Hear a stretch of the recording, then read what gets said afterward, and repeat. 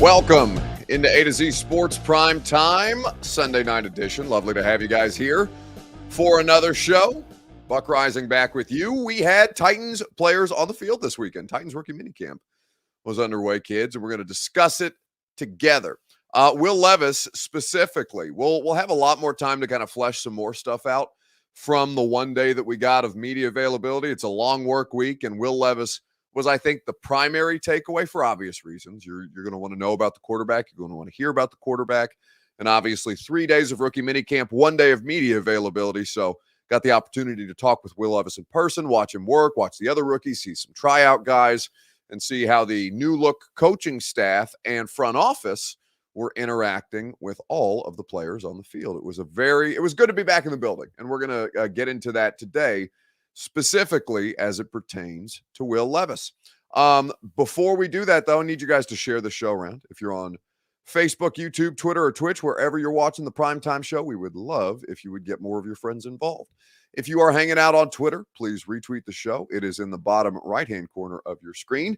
If you're on Facebook Live, you can share now to public. That is in the bottom left. If you're like Cody Kirtley or Karen Davis. If you're on YouTube or Twitch like Richie Guzman or Mark King, like the video, subscribe to the channel. If you've done both of those things, tell a friend to do the same because it's basically football season at this point. Why did I say Richie? Is it Rishi? Did I say it wrong? I'm sorry. I apologize. I read Richie and we're moving really fast here. Vandy fan 615 says, I'm really trying to throttle my expectations, Buck. Well, that's fine. I mean, you guys know that I'm not, Hope Springs eternal optimist, unless there's things that I legitimately believe that I saw. So when I say that I thought the guy shown at Titans rookie minicamp, I mean it. So we're going to talk about that today. And again, it's 1 day of practice. It's not the end of the world. It's the 1 day that I've had exposure to him as a Tennessee Titan, and I think we can talk about that together. So let's go ahead and get it started. Welcome into A to Z Sports Prime Time from the Superbook Sports Studios. I'm your host, Buck Rising, and I am proud, as always, to be presented to you by TrueMath Fitness in the Gulch. Go to TrueMathFitness.com for your first workout free as a Middle Tennessee resident. No workout ever recycled or repeated. TrueMathFitness.com. Superbook Sports. Download the Superbook app today. Baseball, basketball, the NHL Conference Finals. As a matter of fact, in the world of the NBA, you can bet all of your favorite major sports in the Superbook Sports app. And of course, the Ashton Real Estate Group of RE/MAX Advantage. GaryAshton.com for your dream address without the stress. The intel edge you need to succeed can be found with the Ashton team at GaryAshton.com. So there's a ton of stuff that I took away from Titans rookie minicamp. Again, 3 days of on-field work for the players. I'm holding a pen, so that kind of looks like 4. 3 days of on-field work for the players. Only 1 day of media availability. We were in the bubble with them for about 2 hours. Then we had media availability with 5 of the 6 draft picks and Mike Vrabel afterwards.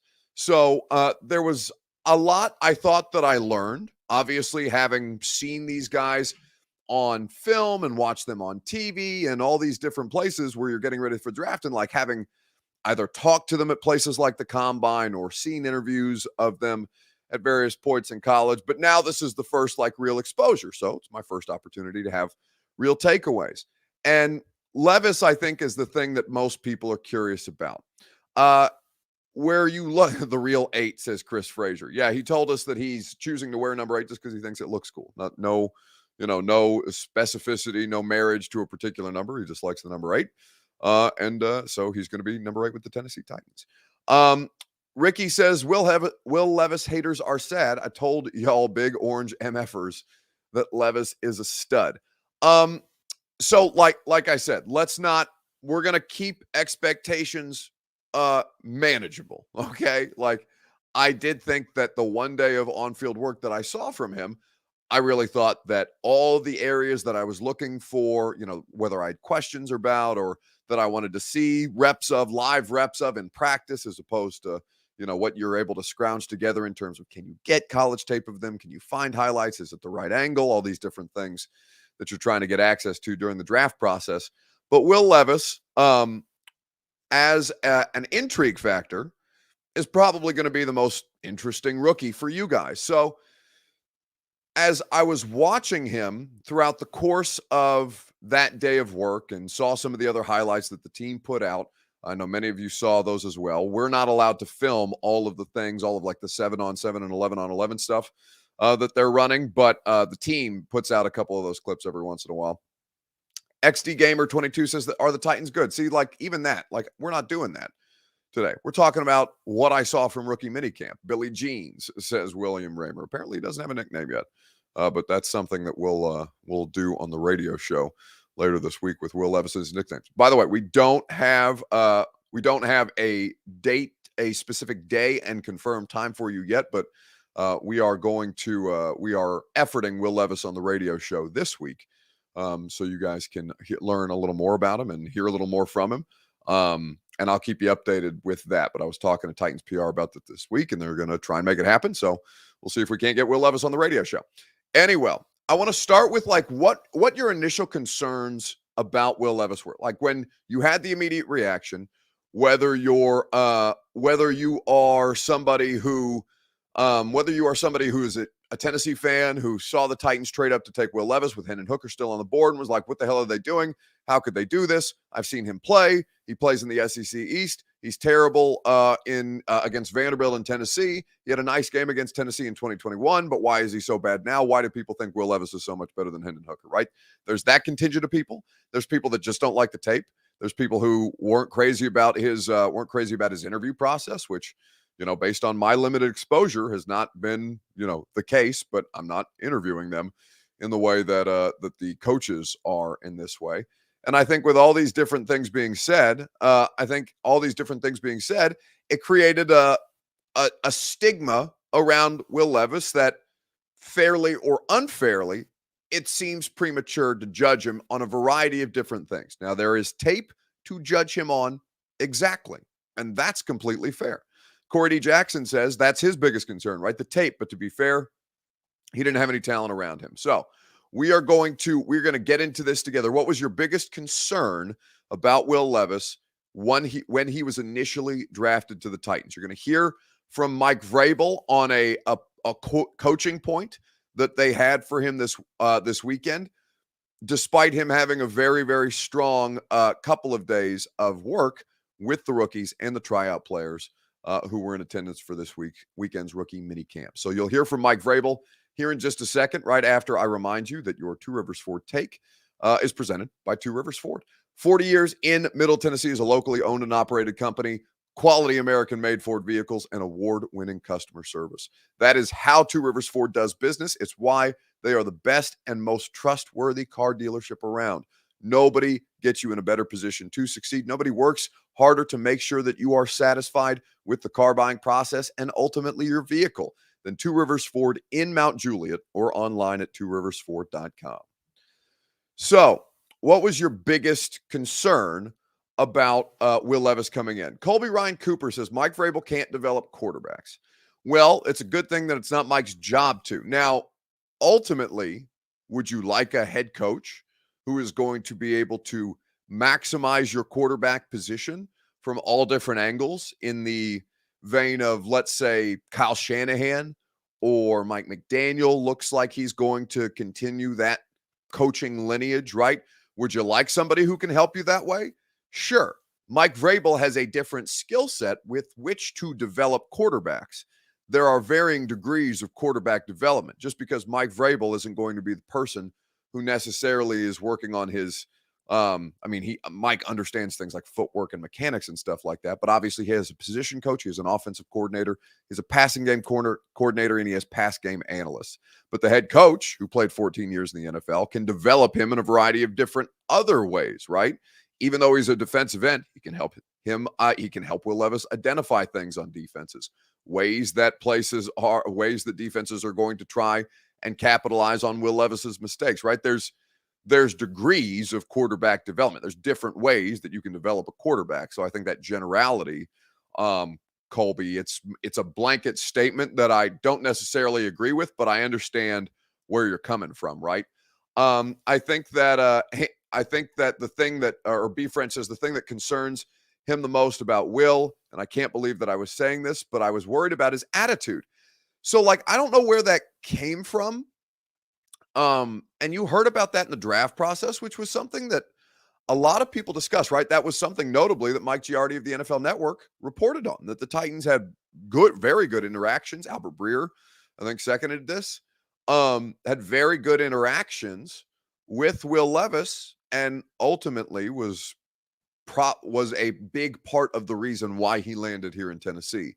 So I never understood, and I wasn't in those meeting rooms or those interview processes at Combine and things the like. But there was that discussion point around him. And then on the opposite side, the Titans were one of the only teams that I saw reporting who had a particularly good interaction with him. So not knowing him personally, I had no idea what his attitude situation was going to be. I've heard nothing but glowing things about the work ethic that he approaches this with.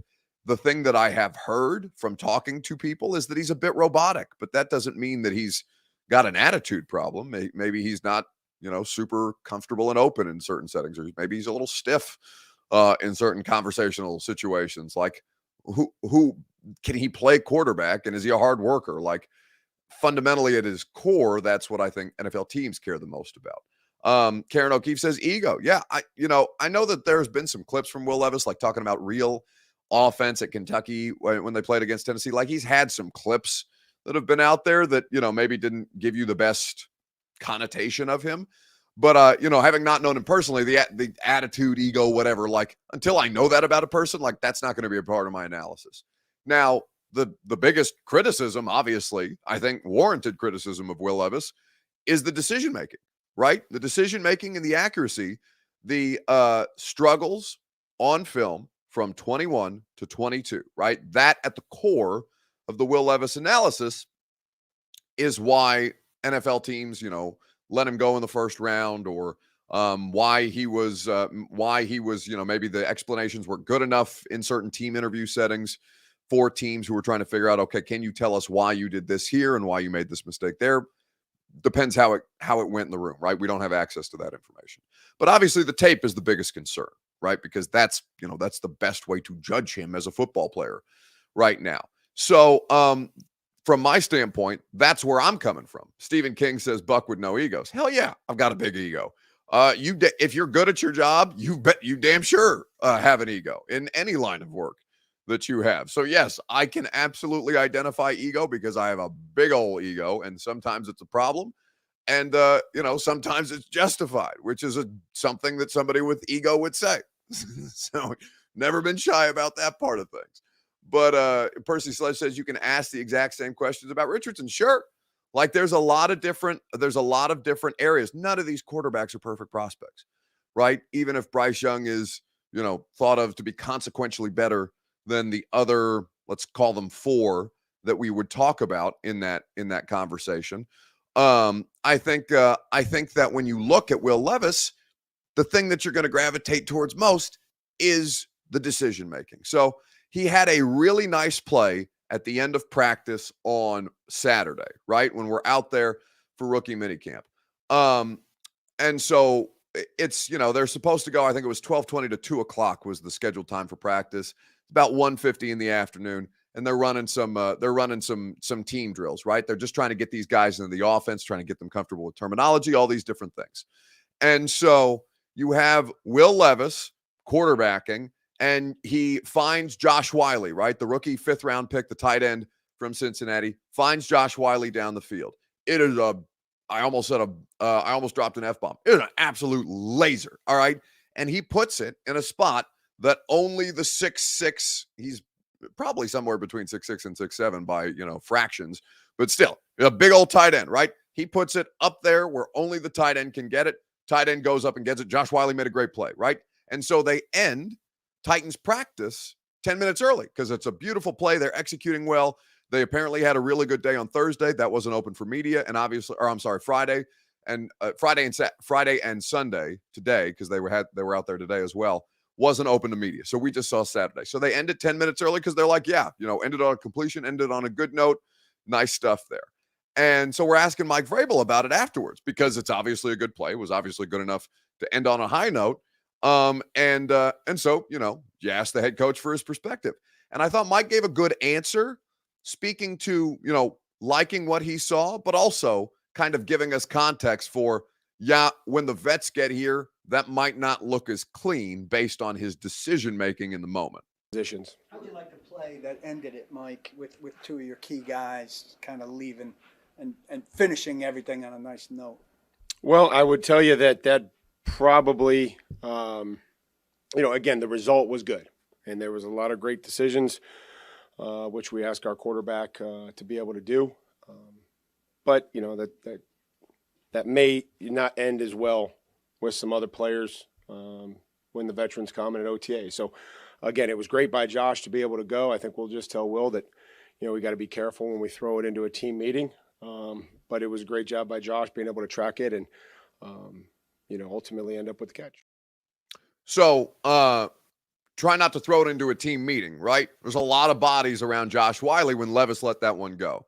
Now, the ball placement was nice. Like, he got it in a spot where only that player was going to be able to get it. But Josh Wiley is competing against tryout players, right? He's competing against undrafted defensive backs that they've signed. When, it's, let's say, Kevin Byard at what point, or Amani Hooker, right? And it's them in coverage, or, they've got a defense where there's more bodies around Josh Wiley in coverage, depending on how they're going about it with the matchups. I think that when you look at this, that's what Mike Vrabel's saying. Like, yeah, you got away with it there, and there was a lot of good decision-making throughout the course of the day, and that was a night, the play worked, right?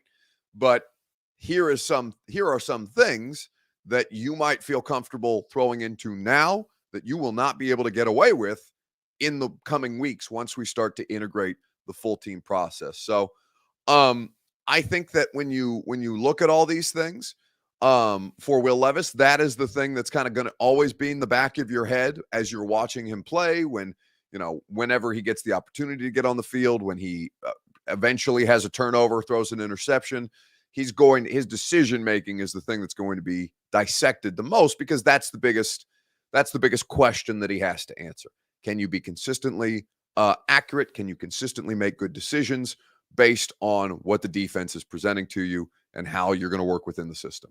So from a football element, I think that Will Levis looked great this weekend, but there are still some things, obviously, that they're going to continue to coach him up on.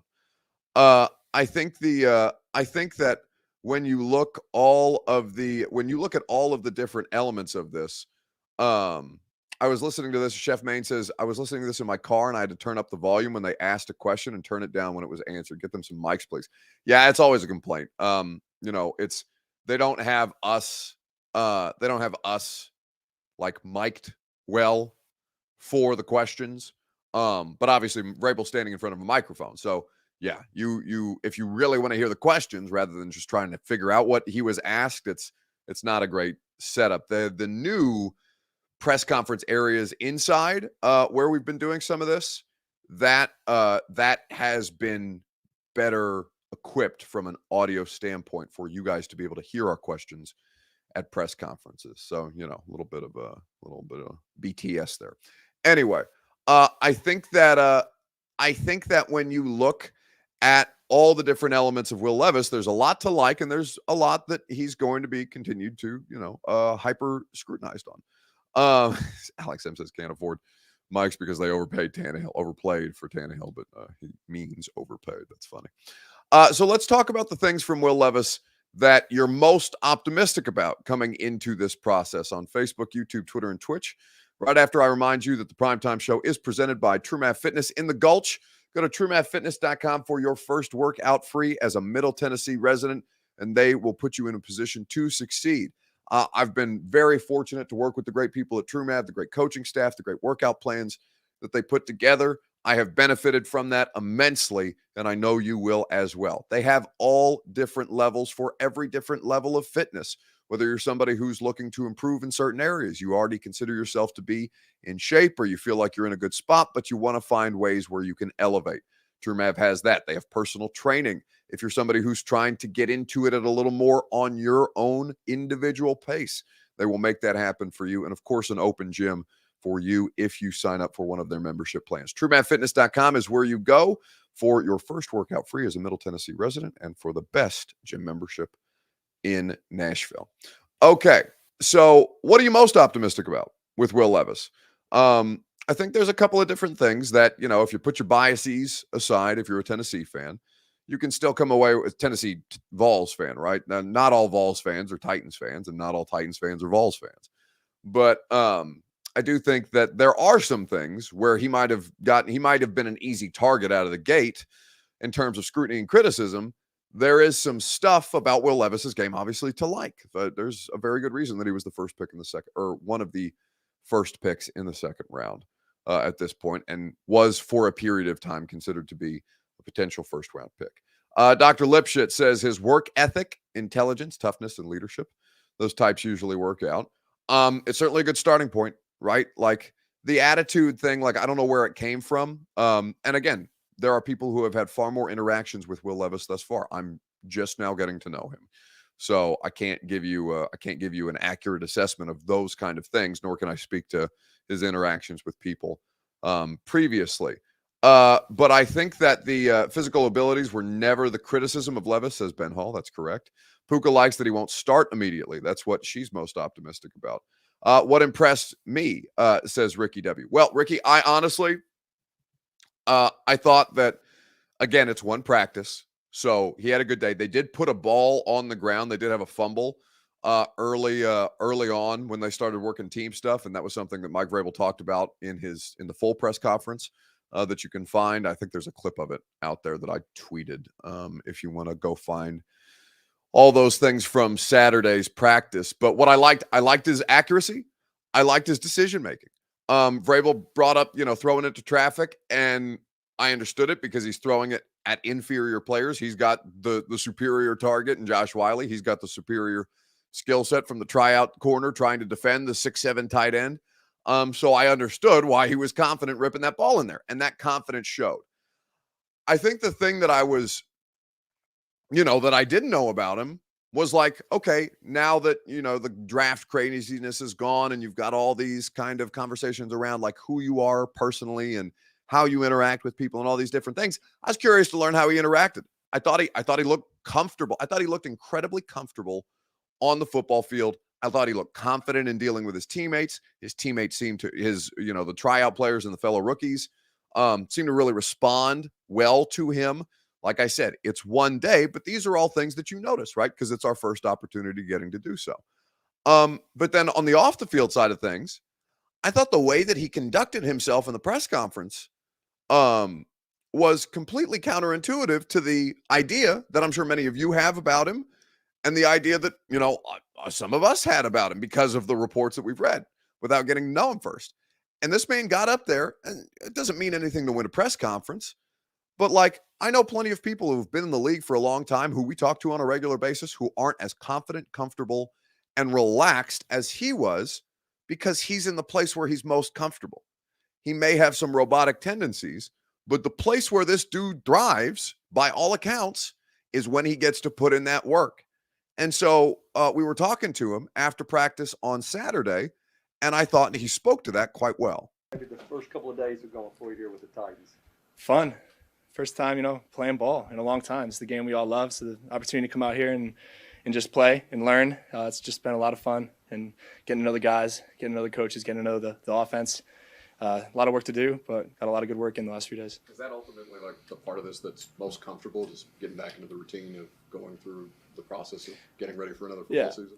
I think we all thrive on routines and stuff, and I mean, obviously in the offseason we have a routine, but when you're in the building all day long in a camp environment like this, I feel like you got to just be that much more locked in. You got to be that much more in tune with everything that's going on. And I think because of that, we're all able to learn so much in such a short amount of time. And I'm just so proud of all the guys, all the new guys in here who've handled it and have just gone out there and done their best and executed at a high level. Did you maybe finish on that?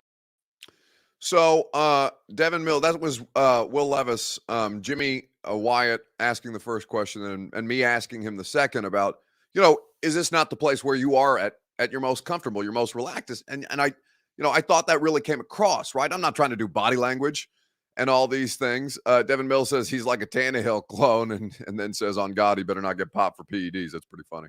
Because, the dude's biceps are just, they live, it's like Saquon Barkley's thighs. Like people talk about Saquon Barkley and A.J. Dillon, right? With how just massive the musculature is on these dudes. Will Levis's biceps are real. That was, not often do you notice like another dude's arms like that, unless they are like truly crazy. But like my guy is rocked up on his arms, so I don't know about the, whatever. Not to do body language and anatomy analysis tonight, but like the biceps are real. I thought that he is a Tannehill clone though. Like he really is. And you know who loves him some Ryan Tannehill? Mike Vrabel. It makes a lot of sense why these guys clicked the way that reportedly they did. For those of you who haven't read Joe Rexroad's piece on Will Levis and his background, his family ties to Peter Skoronski here in Tennessee. The first round pick of the Titans this year, the tackle from Northwestern, like all these different things about who he is as a person and what might be a fair characterization, what might not be. So I don't, whether a Tannehill clone is appealing to you or not, and this is just a personality thing. I thought from I thought on the on-field, we went through the on-field earlier. I thought he handled himself very, very well. And then in the press conference as well, like you can tell all the different elements of him that they looked at and said, yeah, this is a no-brainer. Like it's a no-brainer. If he's there at the end of the first round, we'll trade up and get him. If he's there at the top of the second, we'll trade up and get him. Like that's what they did, right? They identified this guy as a player who they can work with. And I think from that standpoint, that's going to be the element of this marriage that ultimately makes this thing work, if it does ultimately pan out that way. He is the kind of guy that they want in their system. And that Bryce Erickson says, Buck, do I think he has the it factor? I don't even know what that means. And I get what you're asking, right? But like what I'm going to try to avoid doing, because I think this gets done way too often with young quarterbacks. Well, I'm going to tell you what I'm going to avoid doing here in just a second, right after I tell you a place that you should not be avoiding. As a matter of fact, you should be seeking them out. Superbook Sports. Download the Superbook app today and get your action on your favorite sports. Promo code ATOZ, that's A2Z, for a $250 bonus bet, up to $250 in bonus bets when you download the app today. That's promo code A2Z in the Superbook Sports app to wager on baseball, basketball, NHL, and all your favorite major sports. Superbook.com for terms and conditions. Gambling problem, call the Tennessee Red Line, 1-800-889-9789.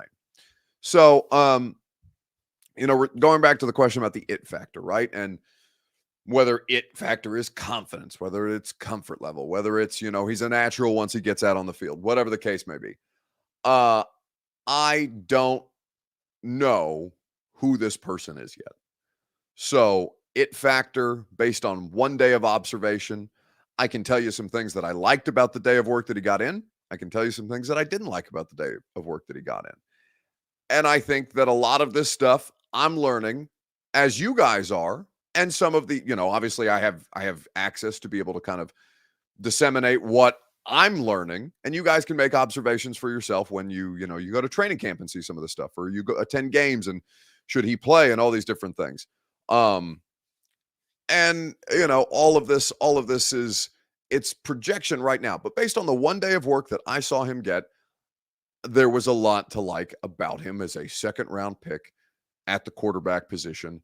And honestly, the best thing about all of this is that he immediately looked like somebody who can operate an NFL offense. And that is not something you could say of Malik Willis at this same time last year.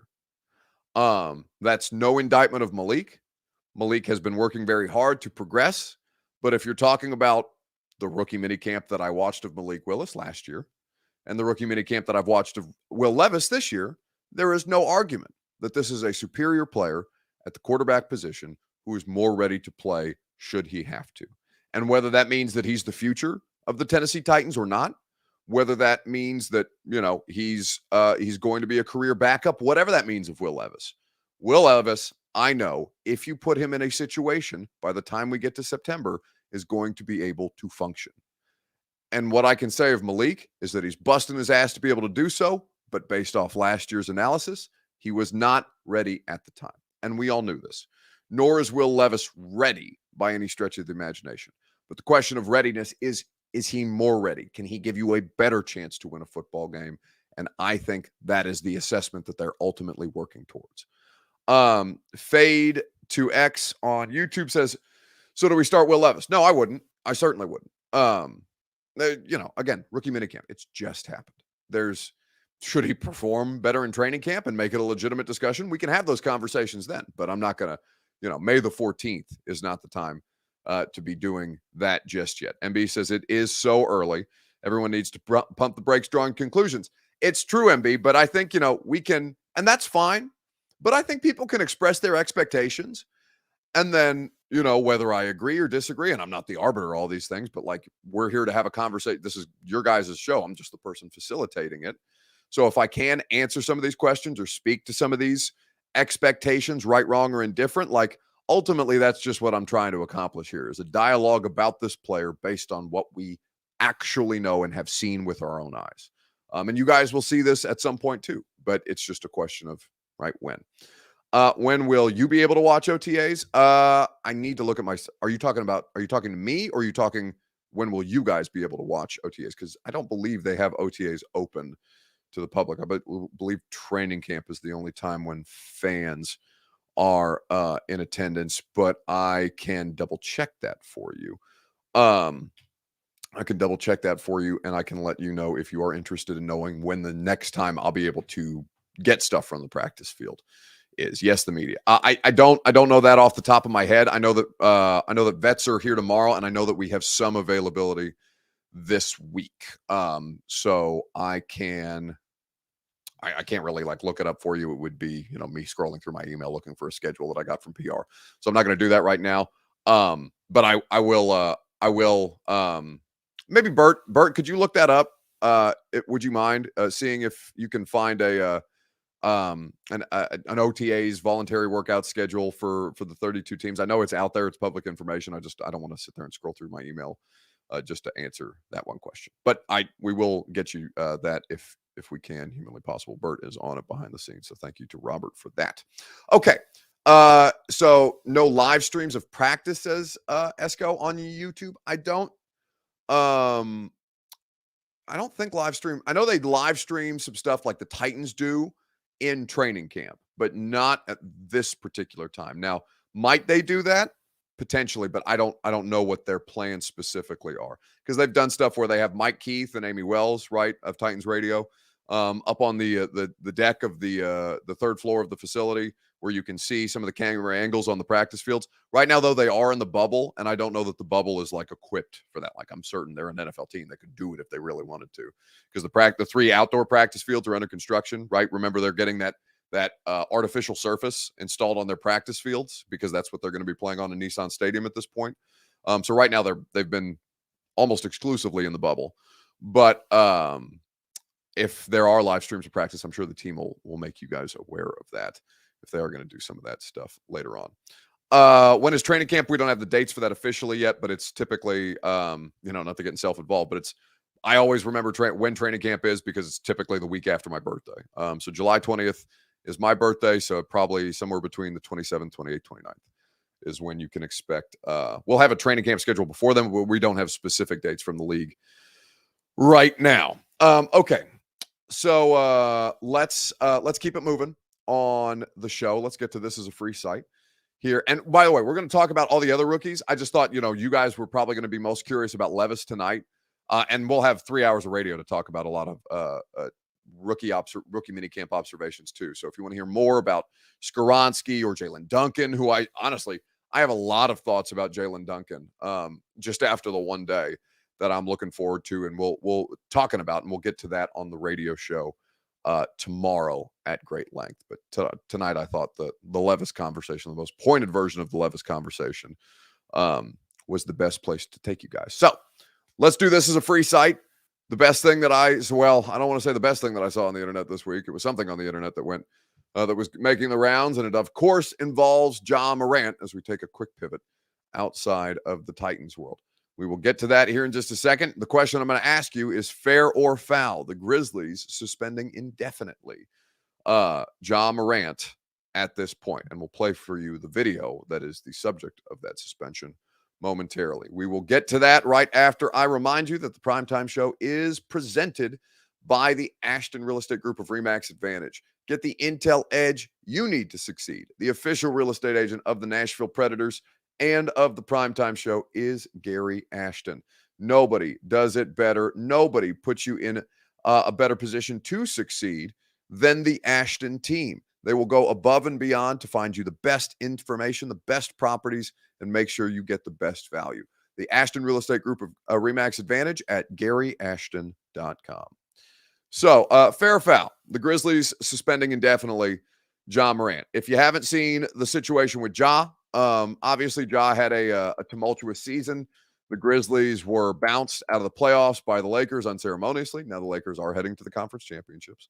So you can debate whether the Grizzlies were actually a better basketball team, but felt like the Grizz had the opportunity to do something special this year, and then a lot of different things derailed them.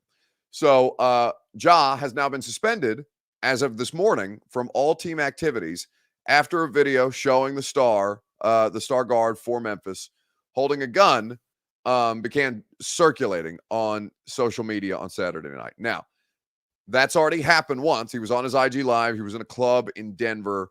He had the weapon. He was brandishing it. That was a more egregious situation than what it was that was on this video that we're going to play for you now. But I want to ask you this question because I know some of you are going to take that position and say, well, it's no, what did he do here that was wrong other than have a gun physically on a video? But I will explain that to you here in just a second. Here is the video of Ja Morant that has been making the rounds. So it's muted because the audio is not something that we can play for you here.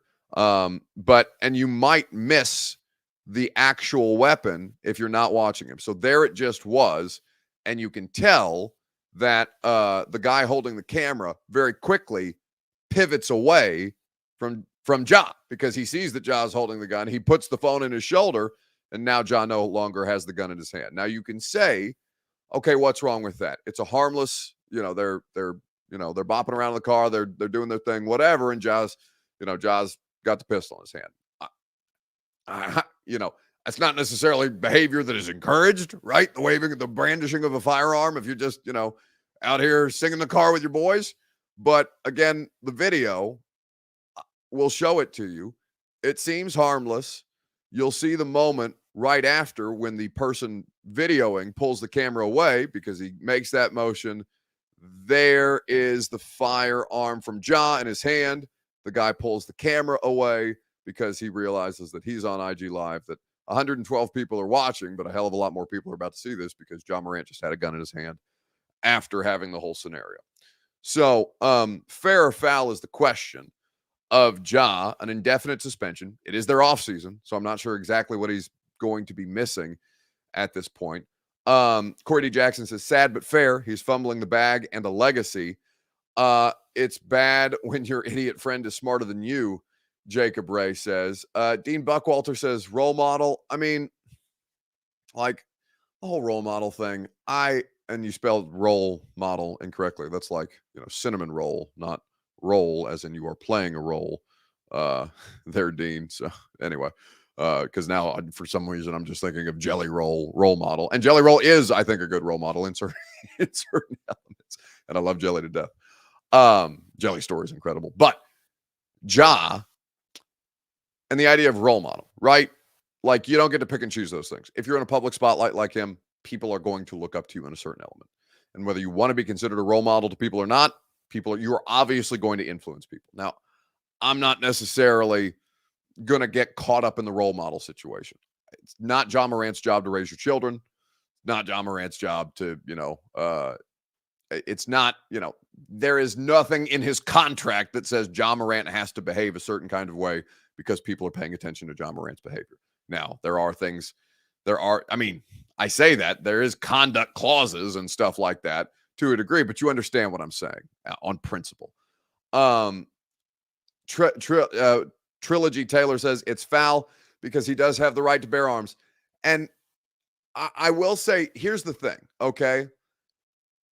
And this is going to sound counterintuitive, but the decision to suspend Ja is fair, Trilogy, and it's not because of the gun, okay? Like, Ja can do as he likes within the landscape of the rules and the laws around gun ownership in the state of Tennessee. Ja can do as he likes within the realm of legality, right?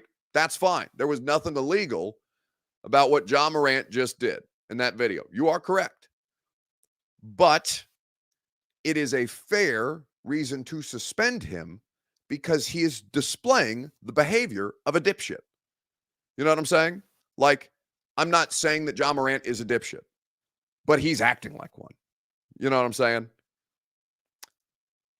The decision-making, the lack of awareness, and all these other things, that is why it is fair for the Grizzlies to suspend him.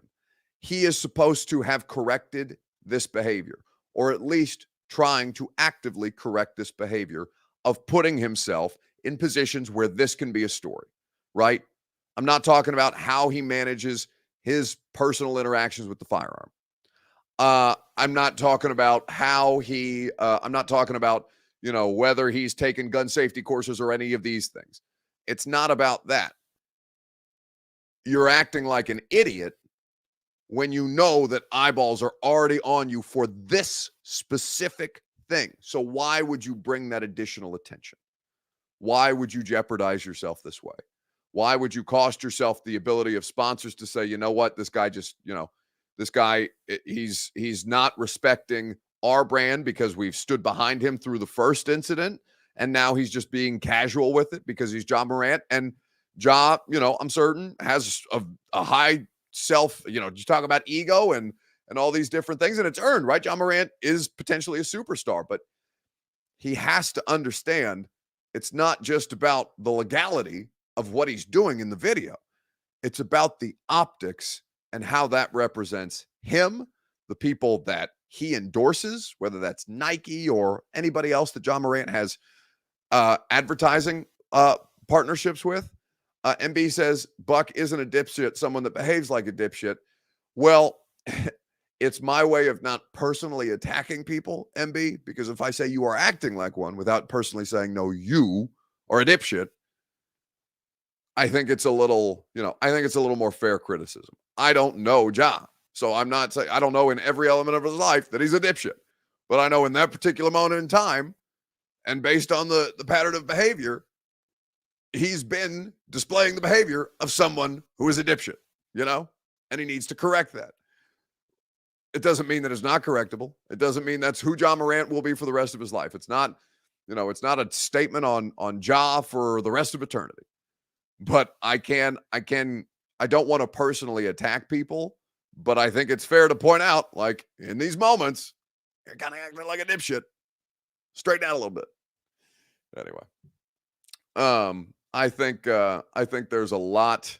It's just such a shame because I think Ja is so special. I think he's about, at whatever point, if God help us, LeBron ever retires, Ja Morant has the potential and the athletic capability and the skill set to be like face of the NBA type of stuff, right? And he's just screwing around. And you really hate that. You really hate to see it. Even though, all of us have moments when we're that age that our decision-making is questionable. He's just had enough of these publicly that you would think, okay, at a certain point, you have to learn your lesson here, or otherwise there's going to be more serious consequences. And, those consequences have obviously arrived. So, we'll talk a lot more Titans rookie minicamp tomorrow on the radio show. I'm going to see if Slay's around to talk about the Ja stuff. But yeah, I'd be curious, Ron's perspective, having played, basketball at every level, high school, college, professionally, overseas, all these different things, and his interactions with various people in that world, because it's just not something the rest of us can understand unless we've been in that ecosystem, right? So I want to make sure that I'm giving a fair characterization to Ja, but I'd be curious to know what Slay has to say about it. So we'll have a lot of fun on the radio show tomorrow. Install, it's live show week. It's live show week. I'm so excited about this. So many of you guys have already bought tickets. Listen, I love the way that you guys show up and show out for stuff. If you don't know what I'm talking about, I'm going to play you this trailer that that the radio show put together, because the live show this weekend, breaking down the Titans 2023 draft class with Greg Cosell of NFL Films, it's got me juiced because so many of you guys are going to be there. But the great thing is it's a big old venue and we can have more of you out. So if you haven't got your tickets, go to 1045thezone.com. We're going to have some special things planned for you. It's going to be a great night. The venue is absolutely badass, the Analog at the Hutton Hotel. There's going to be an after show situation, and I'm thinking about having everybody just join us at my favorite bar because it's walking distance in Midtown. No free ads, though I do love them to death. So it's going to be a fantastic night for all to attend. The tickets are only $25 for GA. If you want like drink tickets and food, they have a VIP package as well. But if you just want to come hang out, talk some ball with all your favorite Titans fans and some people that you know in the world of football with some really, really good analysis from Greg, I know you're going to want to be there on Saturday night. So get your tickets, and I will talk to you tomorrow morning at 10 a.m.